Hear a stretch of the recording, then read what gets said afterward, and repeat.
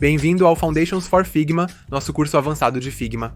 Nosso curso para iniciantes. Hoje, vamos aprender como usar praticamente quadros, restrições e layout automático em seus designs, juntamente com toneladas de dicas, truques e atalhos. Meu nome é Ansh Mehra e sou professor. Design IO.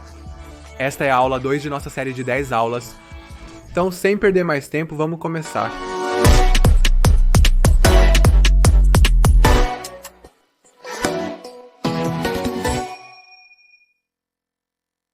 Tudo bem, bem-vindo à aula 2, super animado para discutir esta parte porque no episódio número 1 nós cobrimos o básico, então entendemos exatamente o que é Figma. Como é útil em comparação com outras ferramentas, mas na aula número 2 vamos aprofundar nos aspectos práticos de por que o Figma é tão poderoso para o design de interface do usuário. Se você está aqui pela primeira vez, este é um curso gratuito sobre aprender Figma. Carregamos vídeos mais aprofundados em nossa plataforma de aprendizado Learn UI UX. Hoje, vamos nos ater apenas a quadros e layout automático. Você sempre verá este ícone ampliado, onde eu passar o mouse, e se quiser ver as teclas que pressionei. Você as verá no canto superior direito bem aqui, então você sempre verá todos os atalhos que estou usando. Então, o vídeo de hoje é dividido em 3 módulos. No módulo número 1, entenderemos a diferença entre grupos e quadros. E compreender o poder dos quadros devido ao conceito de restrições, que tínhamos tocado brevemente no episódio 1, quero explorar mais a fundo como as restrições são realmente benéficas. No módulo 2 aprenderemos o auto layout, e teremos uma experiência prática de como o auto layout é útil, e muitos plugins que eu uso regularmente, e então no módulo 3 faremos a implementação prática, e ver exemplos práticos. Vamos começar com o módulo 1 para entender a diferença entre grupos e quadros. Quando algo dentro de um quadro é selecionado, como esse objeto, você certamente teria notado. Aqui, ao cruzar isso ou selecionar este layout automático, você encontrará o painel de restrições, que se parece com isso. No último vídeo, eu disse para você ignorar a forma. Aqui, entenda que temos horizontal. E restrições verticais. Agora, a questão é, quando usamos horizontal e quando usamos vertical? Se você já conhece o básico, recomendo passar diretamente para o módulo 2, onde fazemos o layout automático, mas vamos entender as restrições horizontais. Então, pessoal, as restrições horizontais definem como uma camada se comporta se ela estiver dentro de um quadro e se eu esticar o quadro ao longo do eixo X, por exemplo. Se eu pressionar F e criar um quadro assim, e então criar um retângulo assim e mantê-lo no centro. Vamos tornar isso vermelho, se eu mantiver dessa maneira. Isso. E selecione essa coisa bem aqui se minha restrição horizontal for o centro, se eu esticar o quadro no eixo X, ele sempre permanecerá no centro. Agora, se eu pegar isso novamente e ir de centro para apenas dizer esquerda. Então essa parte, o lado esquerdo do meu retângulo vermelho, será vinculado à parte esquerda do meu quadro. Então, se eu esticar o lado esquerdo, ele segue a parede esquerda, mas ao contrário, se eu esticar a parede direita, nada acontece. Similarmente, ao mover a restrição horizontal da esquerda para a direita, agora a parede direita desta forma vermelha vai seguir a parede direita do meu quadro. Então agora está acontecendo completamente o oposto. Ou o que estava acontecendo antes. E se eu mantiver isso no centro e quiser que isso se estenda para todos os lados, esquerda e direita. Dessa forma, vou selecionar esquerda e direita, e agora, não importa em que direção eu estique, seja do lado direito ou do lado esquerdo, ele simplesmente segue, certo? Então esses são bem simples, certo? Esquerda mantém a posição das camadas relativa ao lado esquerdo e então direita e esquerda para direita e centro A. É a escala que confunde muitas pessoas. As pessoas continuam me perguntando, Ansh, qual é a diferença entre esquerda e direita? Então deixa-me mostrar duas coisas aqui. Ok, eu vou fazer uma duplicata disso, pegar essa coisa aqui, manter a restrição horizontal para a esquerda e direita, pegar essa e torná-la escala. Agora vou usar um novo recurso do Figma que ainda não cobrimos e é chamado de componentes e é muito fácil de entender. Teremos uma aula específica sobre o uso de componentes, mas apenas suponha agora que se eu pegar essa coisa e renomear isso como L e R e eu vou pegar essa coisa e chamar isso de escala, ok? Agora eu posso selecionar este aqui. clique no ícone de diamante e crie um componente. Você verá este ícone de diamante aqui. Isso significa que todo este quadro era essencialmente uma camada normal, mas agora se tornou um componente. O que eu quero dizer com isso, né? Eu vou explicar, mas antes deixe-me criar um componente da escala também. Agora, segurando este componente e pressionando a tecla Option ou Alt, posso fazer uma cópia dele. Mas esta não é uma cópia comum. Esta cópia é chamada de instância dentro do Figma. Agora, você vai dizer, Anche, você está inserindo termos complexos. Uma atrás da outra. Você pode nos dizer o que exatamente isso significa? Então, pessoal, a questão é que no meu painel de camadas, você vai perceber que pode ver o ícone de diamante bem aqui. É chamado de LNR.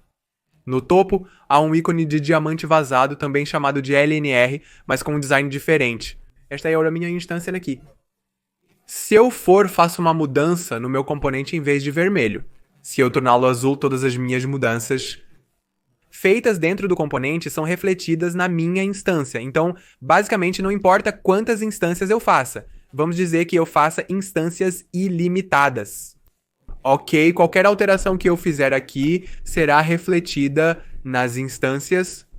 Então, o componente é como um pai e as instâncias são filhos, e quaisquer mudanças que você faça no componente, você pode realmente refletir todas elas em suas instâncias. Agora, claro, vamos aprofundar nas próximas aulas sobre o que tudo você pode fazer, mas por enquanto vamos apenas assumir que todas as suas instâncias seguem cegamente seus componentes. Agora, por que eu faria isso? Apenas para mostrar a você este único exemplo de que no meu componente eu manterei a largura assim, mas na minha instância eu vou esticá-la desta maneira. Ok, então eu vou pegar este aqui mesmo, e observe agora o meu vermelho, a restrição horizontal está em escala. E eu vou pegar essa largura e dimensioná-la novamente, agora vamos dimensioná-la ainda mais para ver a diferença significativa. Agora você consegue ver a diferença entre escolher esquerda e direita, e escolher escala. Tecnicamente, isso também é escala. Se eu selecionasse essa coisa aqui, você veria que é escala. Não posso mudar nenhuma restrição, então em uma instância você não pode mudar nenhuma restrição. Você só pode fazer essas declarações no componente, mas pode perceber que algo muito diferente está acontecendo. Agora vamos ler a definição de escala, escrita por Figma Help.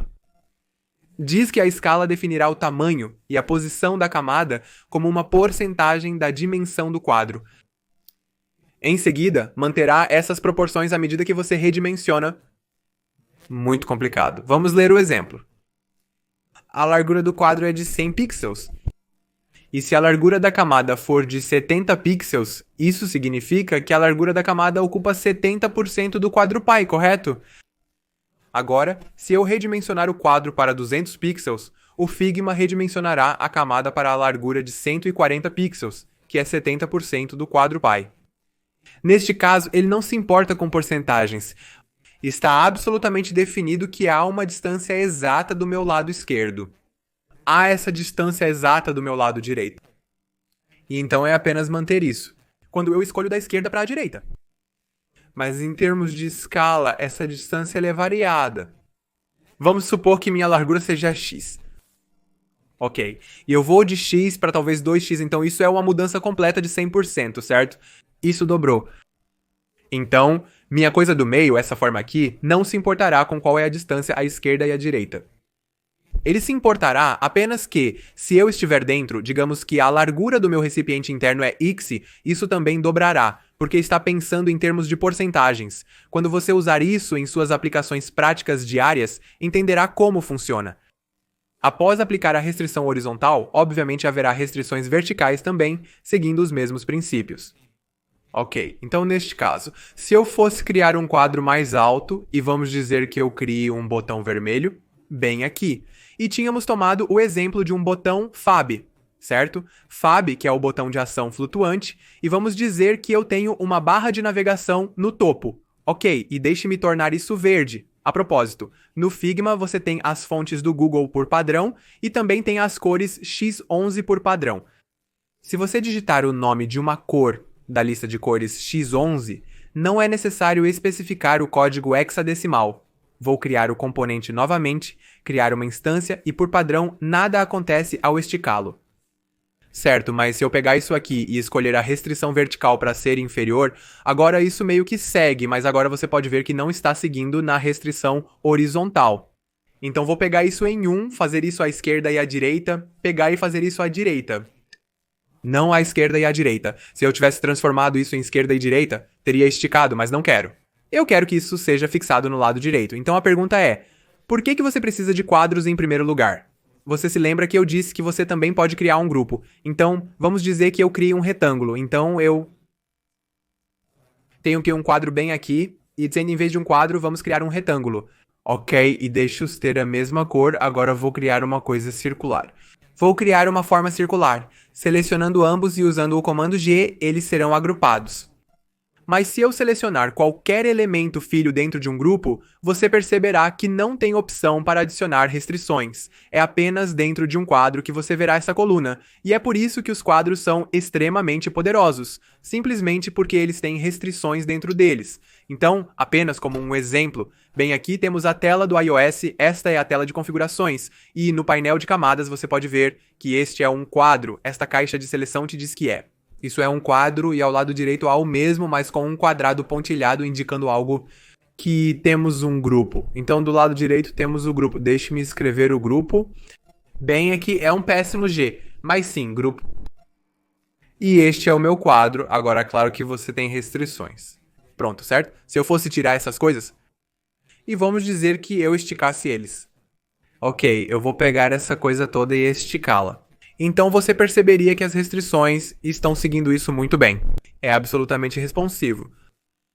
Mas se eu esticasse esse grupo, você perceberia que algumas coisas estão se bagunçando. Está seguindo até certo ponto, pois o que está dentro do quadro é... Se eu entrasse nesse grupo, eu perceberia que todos esses são layouts automáticos, certo? Layout automático é, na maioria dos casos, o segundo nível de quadros em uma página web. Quando você estica algo em um grupo. As coisas não respondem porque os elementos dentro de um grupo estão desinformados, como se não tivessem absolutamente nenhuma atenção sobre o que meu elemento pai está fazendo em termos de formas. E na estruturação também em quadros você tem essa coisa chamada de conteúdo de clipe.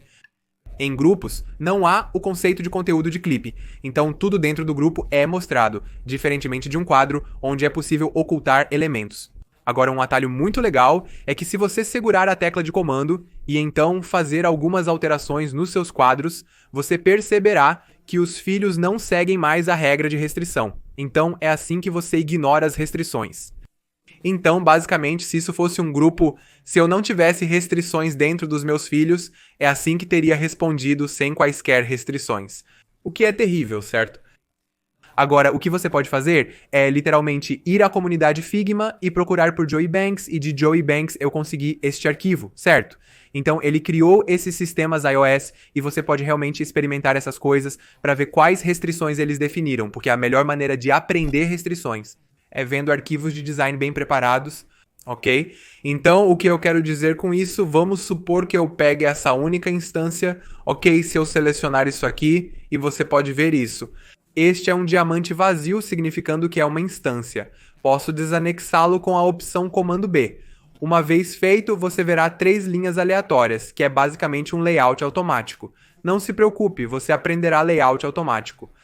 Supondo que o layout automático seja o nível 2 dos quadros, posso selecionar o sinal de menos e converter isso em um quadro normal. Agora você pode ver o botão de quadro aqui. Isso essencialmente se tornou um quadro.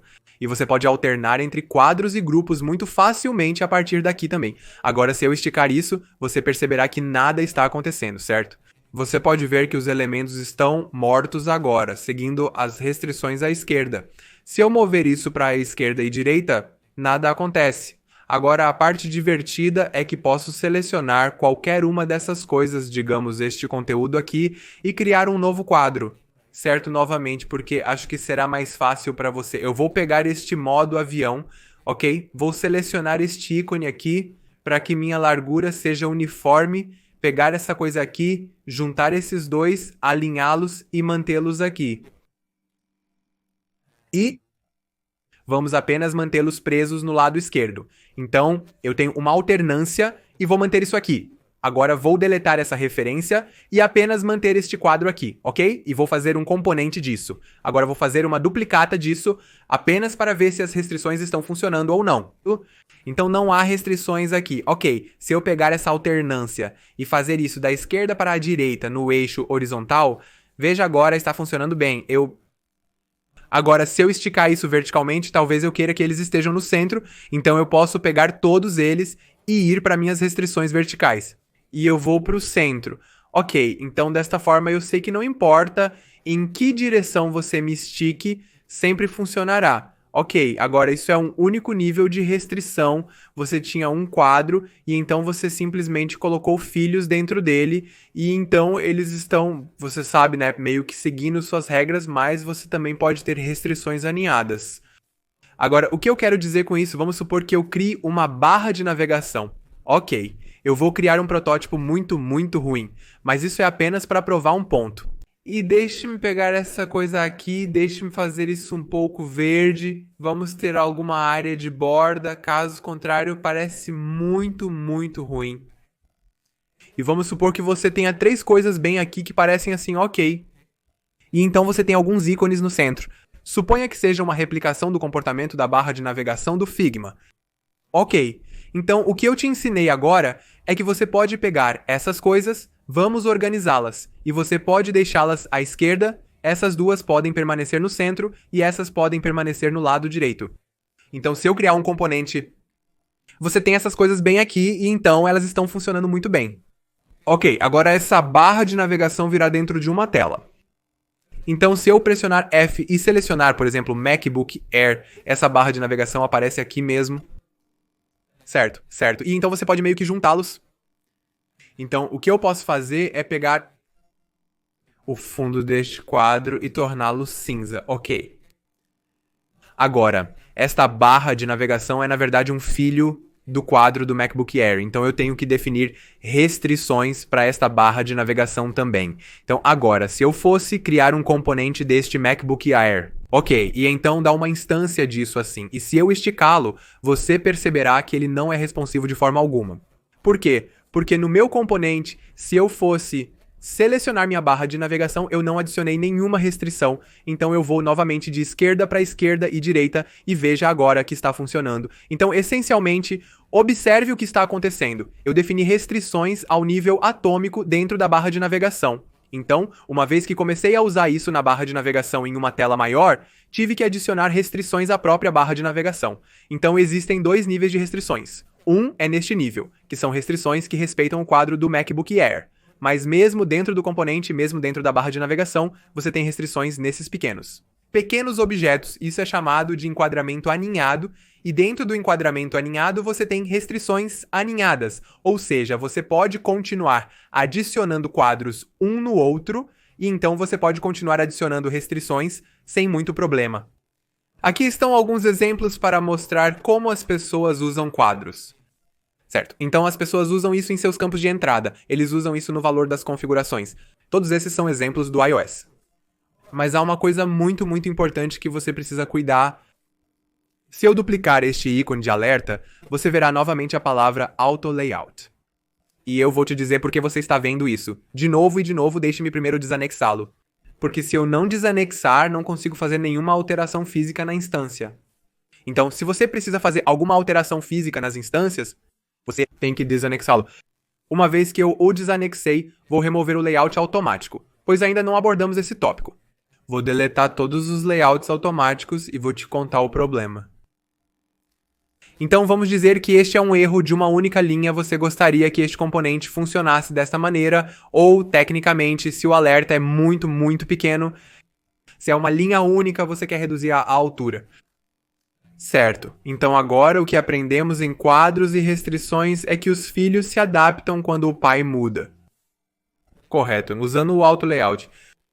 O pai muda se os filhos mudarem. Vou explicar novamente no meu exemplo de quadros.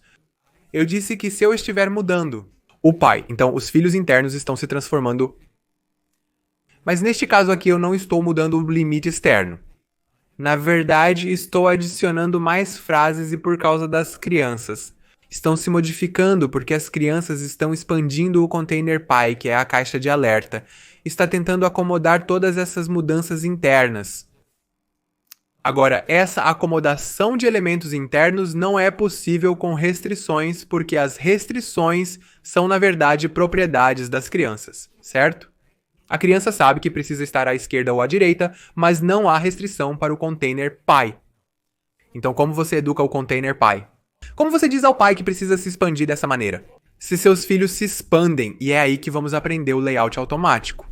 Estes são alguns exemplos. Carregamos todos esses arquivos Figma na comunidade Figma para todos os episódios. Você terá todos os links na descrição, então pode experimentar isso. Mas antes de entrarmos no layout automático, quero apresentar o conceito de design responsivo. É crucial entender a diferença entre layout automático e design adaptativo antes de começar a usar quadros e layout automático. Então, pessoal, design responsivo é uma palavra que é muito comumente jogada por aí, certo? E para tornar isso mais prático, vamos abrir meu site. Então, pessoal, este é o meu site aqui e vamos ver como este site responde quando eu o reduzo da esquerda para a direita. Certo, estou encurtando todo o texto. E nada aconteceu ainda, mas assim que eu atingir o limite, você consegue ver como as divs estão meio que se movendo e diminuindo de tamanho? Você consegue ver o que está acontecendo? Então a questão é que se eu fosse pegar isso em um nível muito, muito granular, vamos dizer que eu reduza completamente a este nível, você perceberia que todos os elementos estão se rearranjando para se acomodarem no espaço limitado que tem. Então, essencialmente, o texto, o conteúdo é tudo o mesmo. Não é como se coisas tivessem sumido, apenas está abrindo espaço para que tudo seja visível. Ok, se eu fosse para dizer aprender o UIKits.incerto, que é nosso site gratuito para aprender design de UIKits.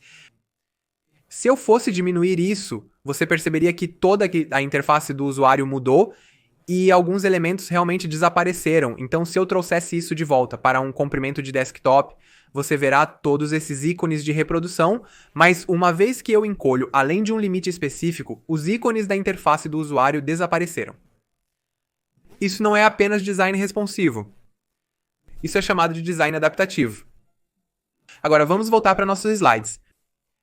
No design responsivo, estas são as capturas de tela, escritor que mantive para meu site. Neste caso, você perceberá que está carregando o mesmo site em todos os dispositivos, seja no meu telefone ou no desktop, e está redimensionando de acordo com a viewport. O número de elementos de UI são os mesmos, 6 elementos na web e 6 no celular. Mas no celular pode ser de um tamanho diferente. Se você fizer uma mudança no aplicativo de desktop, ela também é refletida no aplicativo móvel, porque são essencialmente o mesmo componente. O mesmo componente está apenas sendo redimensionado ou reenquadrado, ou reposicionado. Mas o fato é que, em algum momento, quando você tem produtos complicados, você não pode ter tudo que é visível na web aparecendo no celular e vice-versa. Porque o celular tem uma tela pequena, você realmente não tem coisas suficientes para preencher em uma tela de desktop. Imagine se você pegasse seu aplicativo do Instagram e o visse no seu desktop sem adicionar nada, você teria tanto espaço vazio no seu desktop. Você acabaria apenas desperdiçando muito de um valioso espaço, simplesmente porque você não sabe como preencher o espaço. Quando se trata de produtos reais, não apenas páginas de destino, é necessário que eles tenham um design adaptativo. Isso é importante ao considerar o design responsivo. Claro que você não pode ter todos os elementos em um design menor, e demora mais para carregar, porque espera-se que todos os componentes estejam lá, seja para desktop ou para celular. Mas tecnicamente, quando olhamos para o design adaptativo, então dentro do design adaptativo, eu mantive uma captura de tela do meu Twitter. Então esta é a minha versão web do Twitter. Este é o twitter.com no Google Chrome do meu telefone e este é o aplicativo do Twitter. Agora todos esses são muito, muito diferentes. Isso está aberto no meu desktop usando o Google Chrome. E você, obviamente, pode ver que há muitas coisas extras. Há várias colunas, incluindo a do meio, com sugestões do que você pode gostar e informações sobre o que está acontecendo. Mas quando eu vou para o Google Chrome no meu telefone, muitas coisas mudam. Eles eliminaram a desordem, mantiveram apenas a parte central e reduziram um pouco o tamanho da fonte. reduzir os botões, como muitas coisas mudaram. Este é o exemplo de adaptativo e não apenas responsivo. Agora, quando passamos do aplicativo móvel Chrome para o aplicativo nativo, então você tem mais recursos agora. Por que isso? Porque quando você usa algo no seu Google Chrome, no seu telefone, há uma suposição de que você tem internet lenta e precisa carregar tudo certo. Você tem que literalmente baixar cada coisa toda vez que você abre o aplicativo, mas aqui no meu aplicativo nativo, eu já baixei o Twitter, o que significa que eu já tenho pelo menos 70 a 80 MB da interface do usuário do Twitter incorporado no meu aplicativo. Quando isso ocorre, ganho muito mais flexibilidade e posso ter muito mais código, pois meu telefone não precisa baixá-lo repetidamente. Então, quando falamos sobre design adaptativo, o princípio básico é que você pode se dar ao luxo de perder alguns recursos no mobile e a maioria das páginas de destino adere ao design responsivo, mas quando se trata de produtos reais, eles também seguem o design adaptativo e, obviamente, isso carrega mais rápido, porque só baixa o que é necessário. Imagine se os dados móveis do seu telefone tivessem que baixar todas essas informações extras, obviamente consumiria mais dados, mas também levaria muito mais tempo. Você precisa entender a diferença entre um aplicativo web para desktop. Um aplicativo web para celular é muito diferente de um aplicativo web para desktop. Você abre no Google Chrome, diferente de aplicativos como Figma, Photoshop ou Adobe After Effects, que precisam ser baixados e instalados. Esses são seus apps nativos de desktop. Então você tem nativo para desktop. Você tem desktop web e web mobile. Você também tem um aplicativo web que abre no seu Google Chrome ou no seu Safari, e então você também tem os aplicativos móveis nativos que você baixa e quando você constrói seu sistema de design, componentes devem ser declarados separadamente, por isso bibliotecas para web desktop diferem das para web móvel. É completamente diferente, as pessoas têm essa suposição de que eu posso simplesmente, meio que adicionar restrições e terei uma biblioteca que satisfaz todos os produtos. Não funciona assim porque até mesmo dentro do Twitter, meu desktop pode ser tão amplo ou até mesmo tão estreito. Então, claro, você precisa de responsividade dentro de um aplicativo web específico, mas uma vez que você vai de um dispositivo para outro dispositivo, então é sobre adaptabilidade.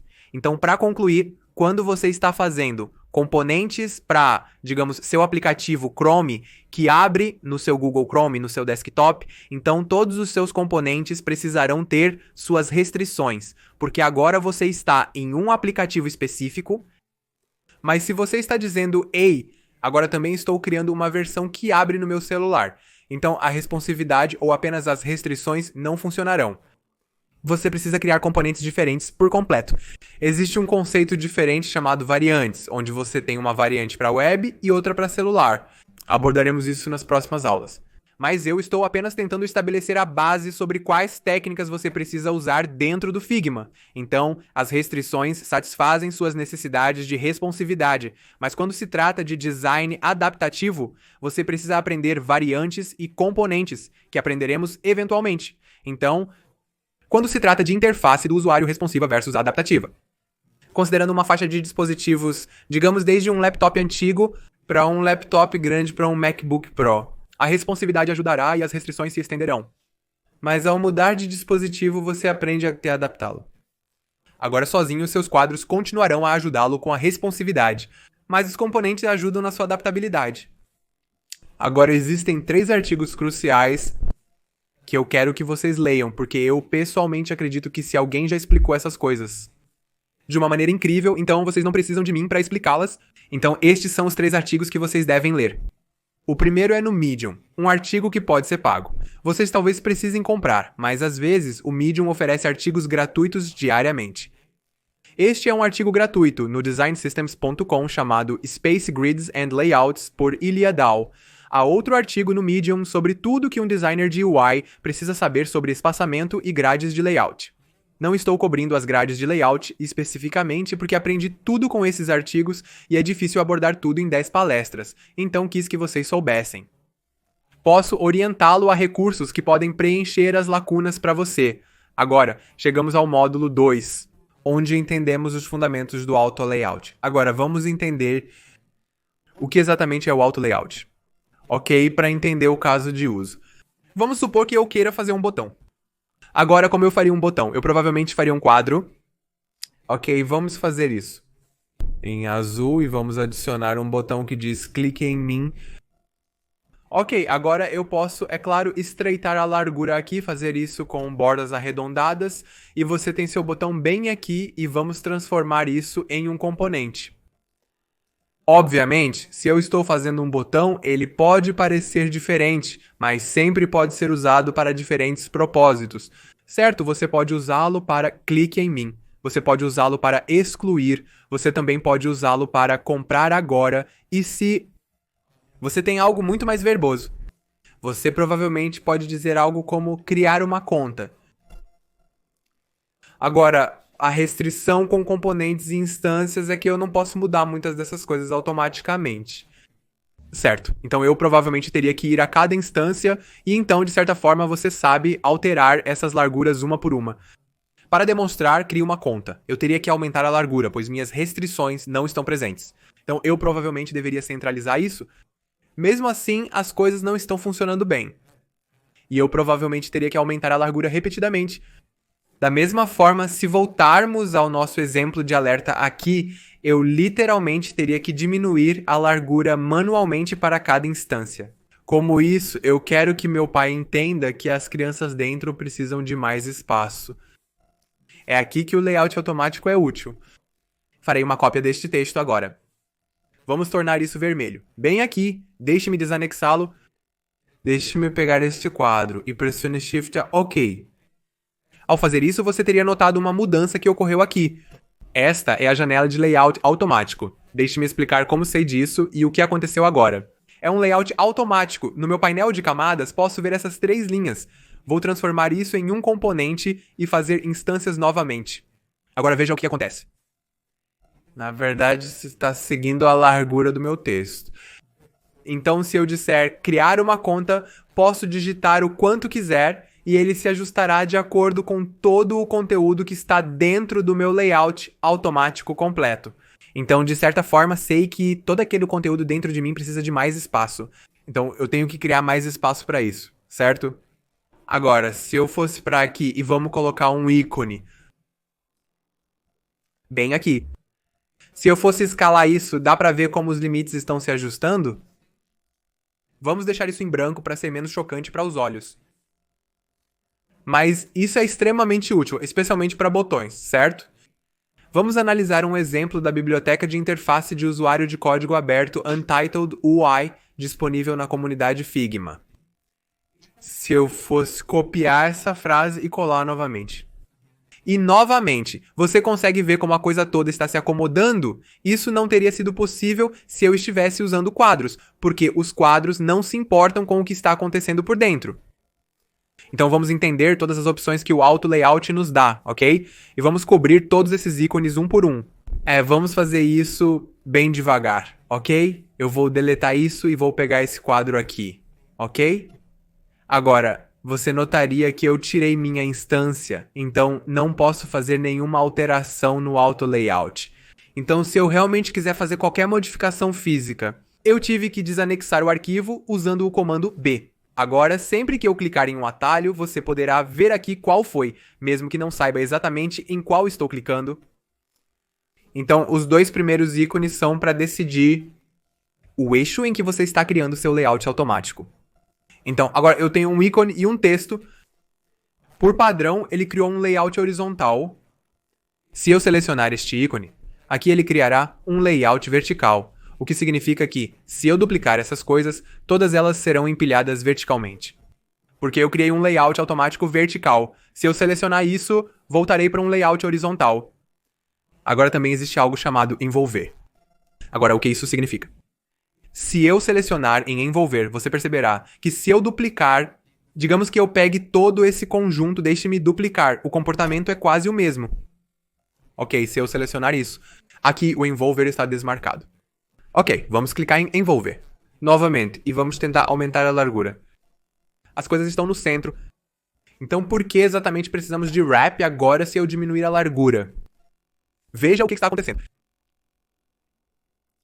As coisas estão essencialmente se encaixando entre as restrições, que estou definindo por fora, mas espere o que acontece se clicarmos de volta nisso. Ele volta a um layout horizontal e, como reduzir a largura, os elementos estão sendo cortados.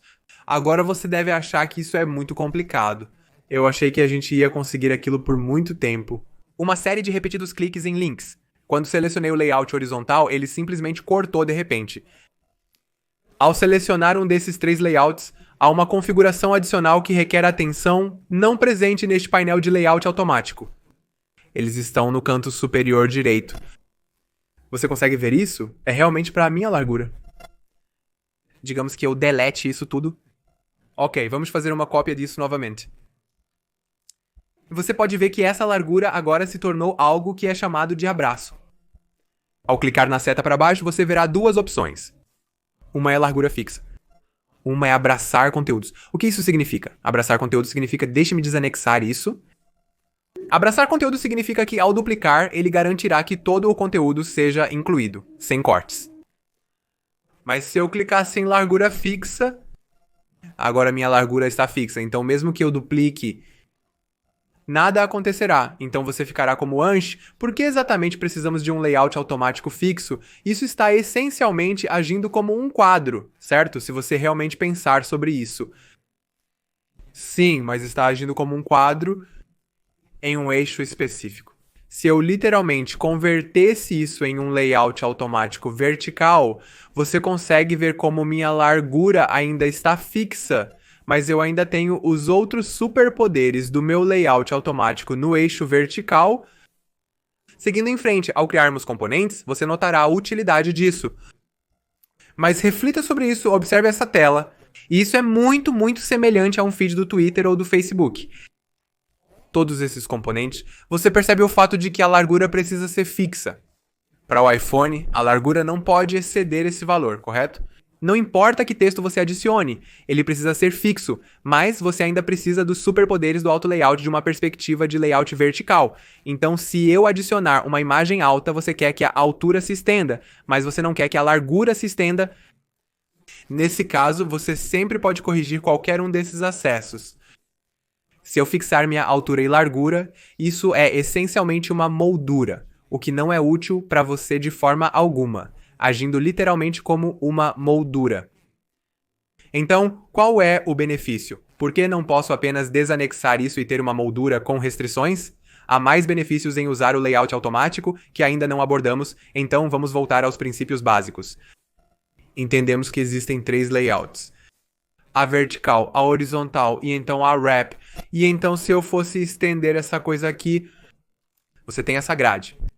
Ok, por padrão, está no centro.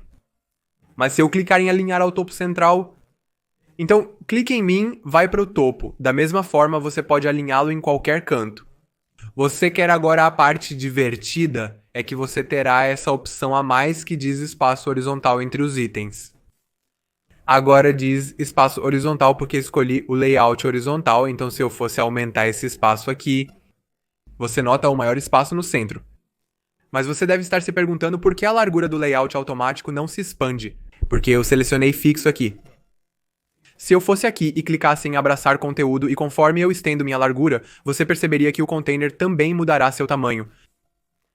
Agora, se eu selecionar um layout vertical, todo esse ícone mudará para espaçamento vertical. Se eu tivesse vários, clique em mim, e se eu for ao meu quadro, e eu mudo de uma altura vertical fixa para uma altura de conteúdo abrangente. Agora eu posso ver tudo.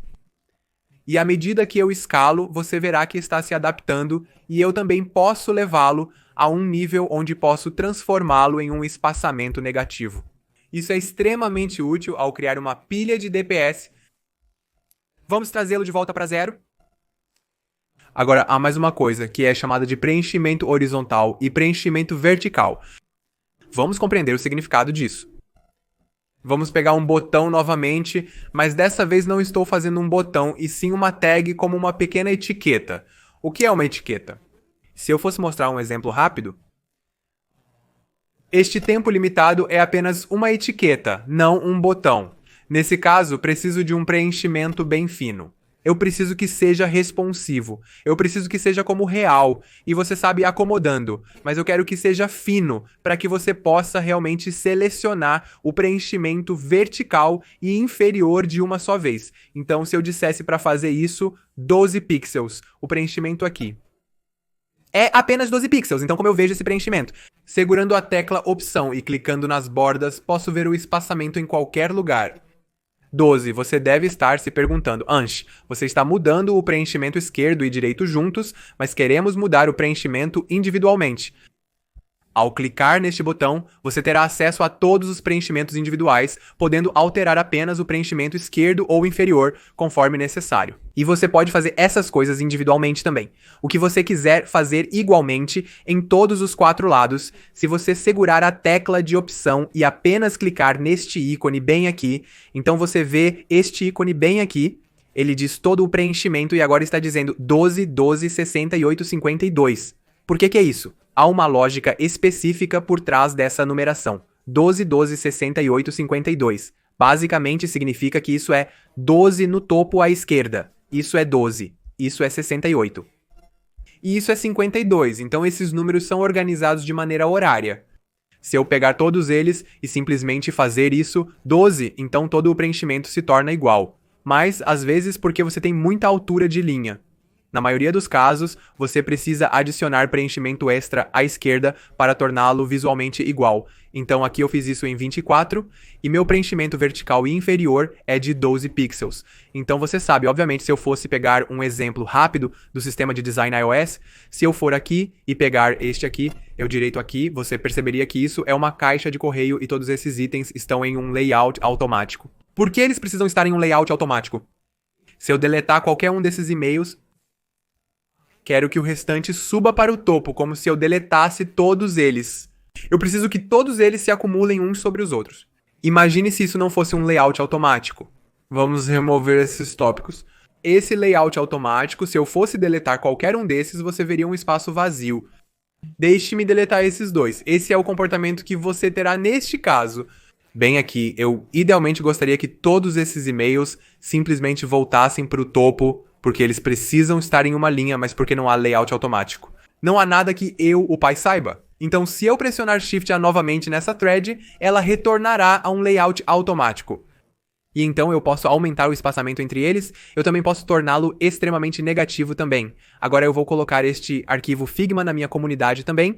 Se você for à comunidade Figma e procurar por Ansh Mehra, você poderá acessar isso. Mas eu recomendaria fortemente que você pratique, porque, digamos, essa bolha de mensagem, isso também é um layout automático, porque você pode estendê-lo para qualquer altura que quiser.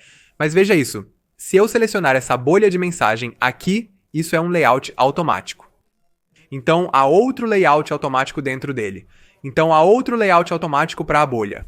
E é aqui que entendemos todo o conceito de layouts automáticos aninhados. Assim como fizemos restrições aninhadas aqui. Essas pessoas estão fazendo layouts automáticos aninhados. Agora você estaria dizendo que, Ansh, todo esse olá é uma letra tão pequena.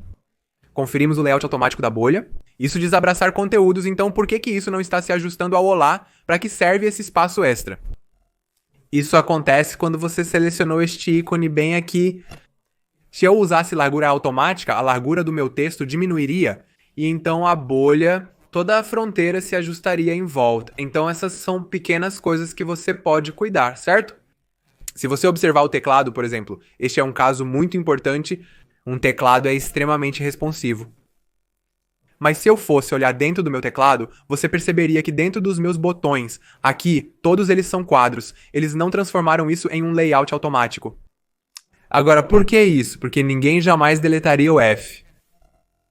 Eles nunca deletariam o F, pois sabem que este é um teclado QWERTY, que precisa estar em quadros, por isso não usam o layout automático. Você precisa ser muito inteligente para entender quando usar o layout automático e quando usar o quadro. E a lógica básica por trás disso é que se você achar que o conteúdo interno mudará de largura ou altura, e eles mudarão regularmente, então você deve usar um layout automático, mas se você achar que haverá alguma rigidez nisso, eles serão estáticos ou os elementos não vão mudar em termos de dimensões físicas. Em termos numéricos, precisa ser uma moldura muito básica, Antes de passarmos para o módulo 3, tenho 3 molduras à minha frente. Suponha que eu esteja criando um site onde estou vendendo cursos. Ok, e eu quero criar a versão móvel disso. A versão do aplicativo e a versão desktop têm restrições. Deixe-me mostrar como funcionam. Ok, agora isso é tecnicamente um design incorreto. Se isso fosse um aplicativo nativo, como seria? Você obviamente teria uma barra inferior e se isso estivesse aberto no Google Chrome. Então você teria uma barra superior, mas apenas para fins de discussão. Considere este como um aplicativo nativo. Irei convertê-lo em um componente. E vou esticar isso para que você possa ver como o aplicativo meio que responde, ok? Então um iPhone pode ser assim de alto. De cima, a largura pode se expandir, então dá para ver que todas essas coisas estão funcionando juntas. Agora que conseguimos isso, vamos revisar todas as restrições, analisando cada elemento individualmente. Ok, essa coisa aqui, isso é uma caixa de informações. A caixa de informações é um quadro, e seus elementos internos estão em layout automático. Isso ocorre porque eles estão configurados para se ajustarem automaticamente dentro do quadro. Porque eu posso querer ter uma coisa de linha única ou de linha dupla, mas você pode notar que todas essas coisas não estão ficando responsivas. Por quê? Porque tecnicamente eu merecia esse título. Vamos deletar todas essas coisas. E então peguei este layout automático, e então juntei-os também em layout automático para que, se eu fosse duplicar, teria sido muito responsivo agora. Isso é enquadramento aninhado porque adicionei restrições a isso. Então, além disso, toda essa caixa de informações tem sua própria restrição à esquerda e à direita. Então, tudo dentro dela está no centro. Mas quando falo sobre a caixa de informações, ela está à esquerda e à direita. Então, olhamos para o botão promocional aqui. Agora, não quero que o botão promocional se estenda para os lados, então vou mantê-lo no centro. Também não quero que a imagem do meio seja alterada. Se dimensionassem, provavelmente colocaria no centro. O que aconteceria? Se eu fosse transformar isso em escala, é exatamente isso que aconteceria. Haveria uma espécie de conflito e escalaria de acordo com a porcentagem, mas eu não quero isso. Então, deixe-me manter isso no centro também. Então, o que eu fiz foi basicamente criar um retângulo na parte de trás, onde coloquei a mesma imagem de um pôster com um gradiente, e então eu acho que tem mais uma camada em cima disso, certo? Então há uma camada de gradiente de baixo para cima, e então você tem um screen, isso é chamado de screen, como um cobertor escuro, mas com uma opacidade de 50 a 60. E todo esse conjunto está à esquerda e à direita. Então, conforme eu me afasto, você pode obviamente ver que isso funciona, mas agora, obviamente, após uma largura específica, você teria que entrar no iPad, certo? Nenhum iPhone se parece com isso, então nesse ponto eu mudaria para o design adaptativo e veria o que está acontecendo aqui. Veja isso, isso é muito importante. Por que isso aconteceu? Porque minhas restrições aninhadas estão bagunçadas. Então vamos ver o que está acontecendo aqui. Se eu fosse para ter minha conexão celular e essas coisas aqui. Você notaria que diz escala. Como isso é uma instância, não posso fazer alterações. Vou desanexá-la e ir para a conexão celular. Selecionarei todas e primeiro as deixarei normais, para ver o comportamento. Como estão em escala, elas sentem que se a largura do celular expande, também precisam expandir em largura, então provavelmente deveria transformar em direita. Porque eles não precisam escalar, eles só têm que se fixar ao lado direito, eu vou pegar isso novamente e colocar isso à esquerda, e agora eles estão funcionando perfeitamente, certo? Então é assim que o comportamento funcionaria. Agora, pessoal, a coisa importante a notar é que entre o iPad você tem responsividade, mas uma vez que eu vou do telefone para o iPad, será um conjunto separado de componentes. Então, mesmo neste caso, você tem a imagem que é de esquerda para a direita e de cima para baixo. Por quê? Para que, à medida que eu expanda, ela meio que siga em volta, certo? E então, você tem todas essas coisas que estão do lado direito, porque eu quero que elas estejam atreladas ao lado direito. Então, a imagem também está à esquerda e à direita. Esta também é a imagem, certo? Por isso você sabe que essa distância permanece a mesma. E então você tem seu desktop. Então os elementos permanecem os mesmos, mas em algum momento isso quebraria. Talvez adicionaremos mais um ponto de quebra, onde você diz que talvez não queira o mesmo design. Isso é chamado de ponto de quebra. Talvez devesse ser diferente em algum momento. Eu só queria passar rapidamente por como as restrições teriam sido adicionadas para essas 3 telas. Algumas coisas importantes a notar. Já cobrimos que você precisará de diferentes componentes para diferentes dispositivos, mas ao projetar para a web, certifique-se de começar com a tela menor. Você tem que começar com uma largura de 1280 pixels quando se trata de iOS. Por favor, certifique-se de começar do iPhone 8.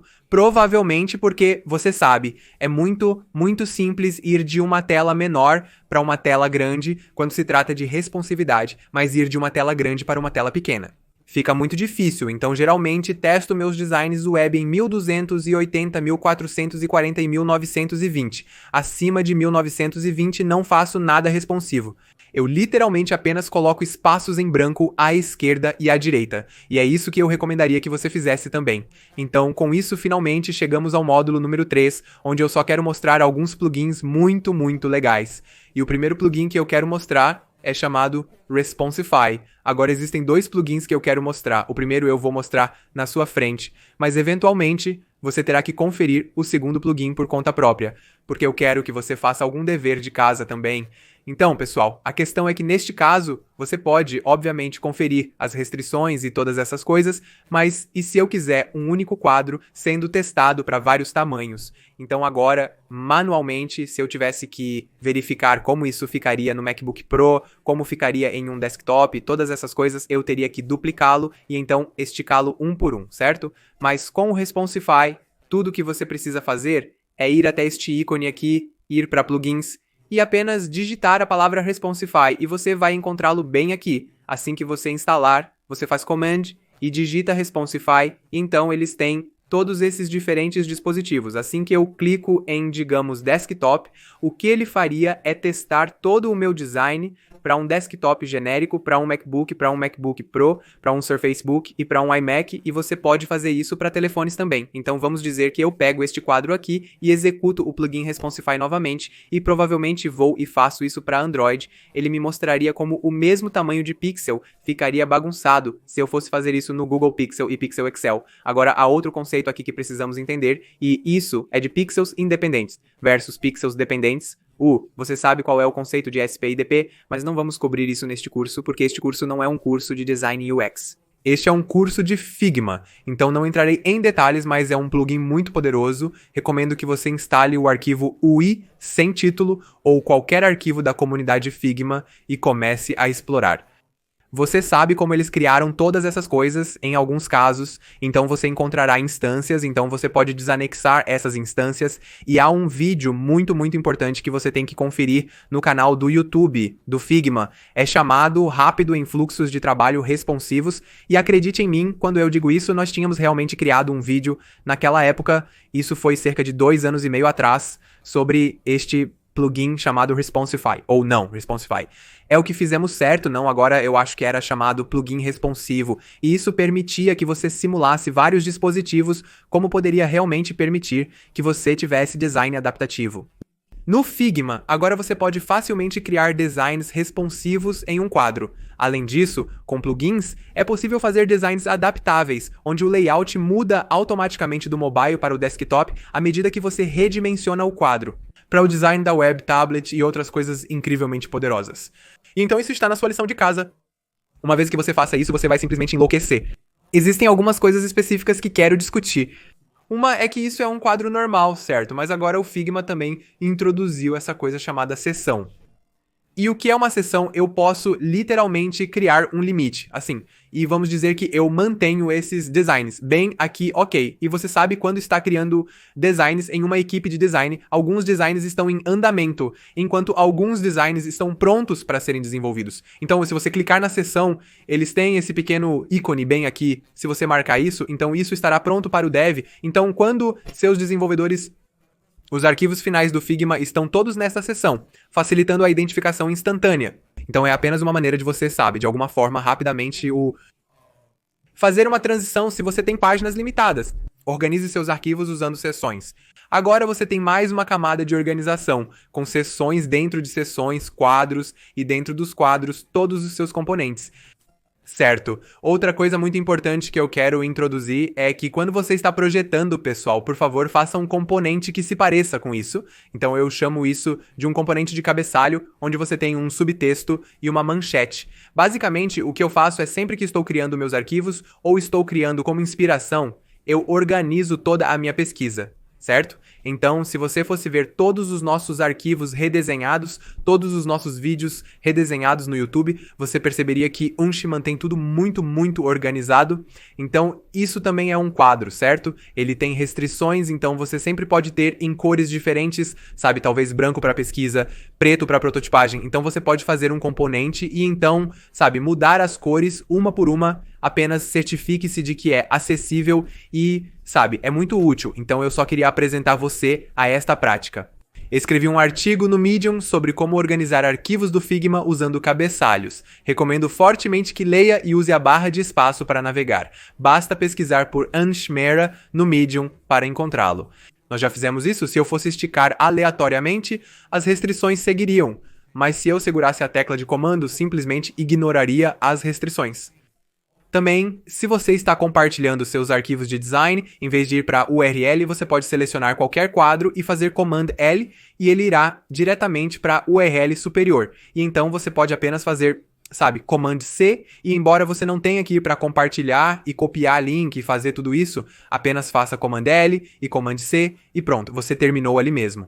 Há também o modo de contorno. Então, se você pressionar Command e L, você entrará em um modo de contorno e então você pode ver cada quadro e layout automático mapeado, certo? Porque olhe a diferença. Se eu não estou no meu modo de contorno, tudo parece estar em uma única camada, mas uma vez que eu entro no modo de contorno, então você pode ver que isso é um layout automático.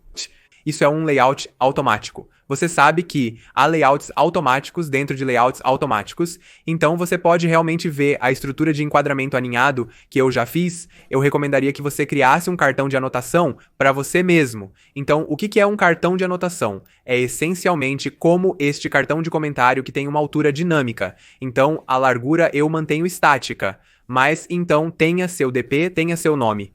E então, o que você pode fazer é que você pode ter diferentes cores para este. Um pode ser para feedback. Um pode ser para comentários, um pode ser para uma nota importante, porque eu não sou um grande fã dos comentários do Figma em geral.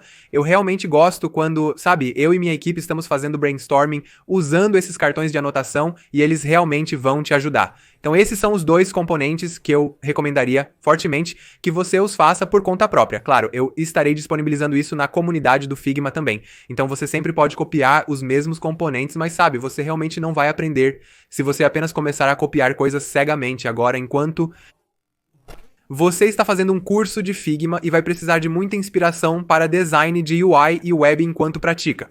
Portanto, não vou perder tempo passando por todas essas URLs. Eu literalmente compilei todos os meus sites de inspiração mais bem avaliados, bem aqui. Você pode tirar uma captura de tela e analisar cada item.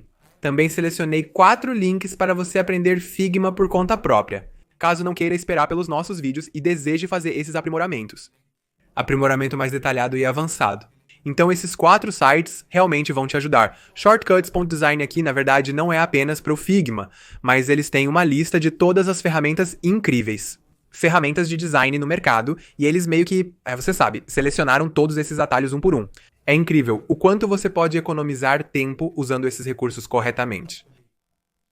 Na verdade, pessoal, se vocês estão aqui pela primeira vez, nós criamos tantos cursos sobre análises de UX, sobre projetar seu primeiro app, reformulações de UI e fundamentos do UX. Fundamentos de UI, também criei um curso sobre design espacial. Há muito para aprender e compilamos todas essas informações nesta nossa nova plataforma chamada LearnUIUX.in, onde estarei divulgando informações sobre meus encontros, meus eventos comunitários, grupos e planos de mentoria pagos.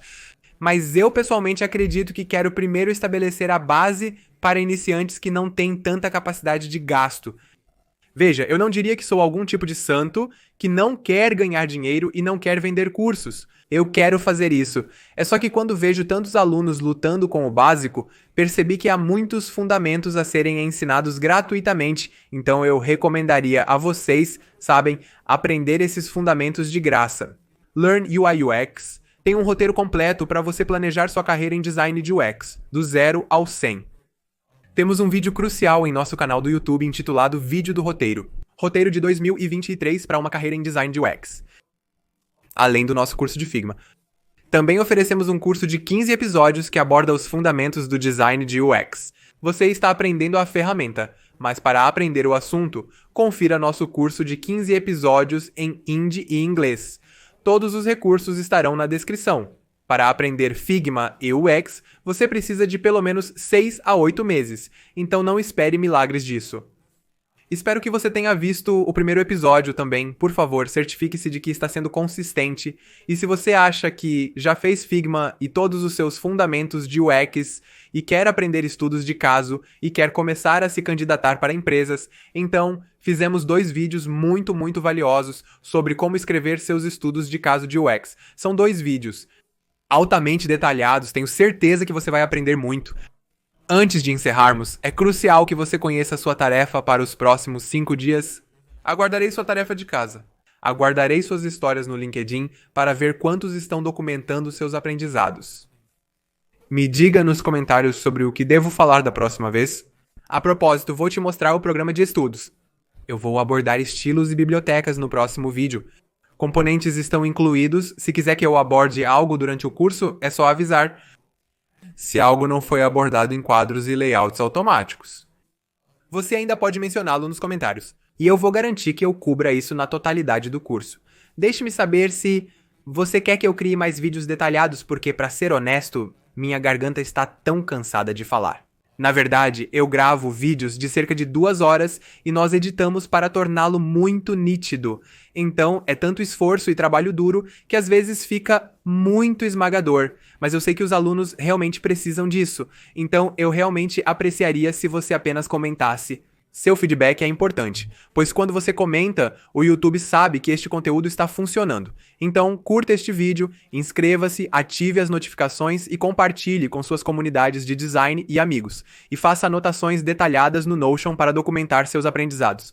Por favor, não esqueça de assistir ao vídeo de fluxos de trabalho responsivos rápidos que eu recomendei. É um divisor de águas e você vai enlouquecer com o conteúdo em apenas 5 minutos. Passe por pelo menos 3 recursos de interface do usuário e tente recriar algo, agora que você tem algum entendimento do Figma. Em geral, você teria se aprimorado. Explore qualquer um desses 3 e você encontrará muita inspiração. Documente seus aprendizados no LinkedIn e me marque, adoraria ver suas anotações e que vocês estão aproveitando esses deveres de casa. Na aula 3, abordaremos estilos e bibliotecas, incluindo estilos de cores, tipos e declaração de bibliotecas. Bibliotecas não estão disponíveis no plano gratuito, é necessário o plano Pro. Para mais informações, confira Learn with In. Espero que esta aula tenha feito sentido, cobri muitas coisas em um único vídeo, mas é importante manter esses vídeos densos. Este curso inteiro é para aprendizes realmente sérios. Tenho certeza de que há muito a aprender com um layout automático, porque realmente não cobrimos casos de uso detalhados de layouts automáticos. Entendi, abordarei esse tópico no vídeo sobre componentes. Mas, novamente, eu realmente recomendaria se você pudesse adicionar nos comentários sobre coisas específicas que você gostaria que eu cobrisse, porque eu realmente quero garantir que esta única série de 10 palestras se torne a melhor em educação Figma na internet. Para que este curso seja atemporal, preciso do seu feedback honesto. Estou ansioso para ouvir suas histórias. Adoro quando vocês compartilham essas histórias, me marcam e eu posso ver suas notas. É muito gratificante para mim ver que tantos alunos estão aprendendo Figma e muitos vídeos emocionantes estão por vir. Pessoal, estou muito animado com isso.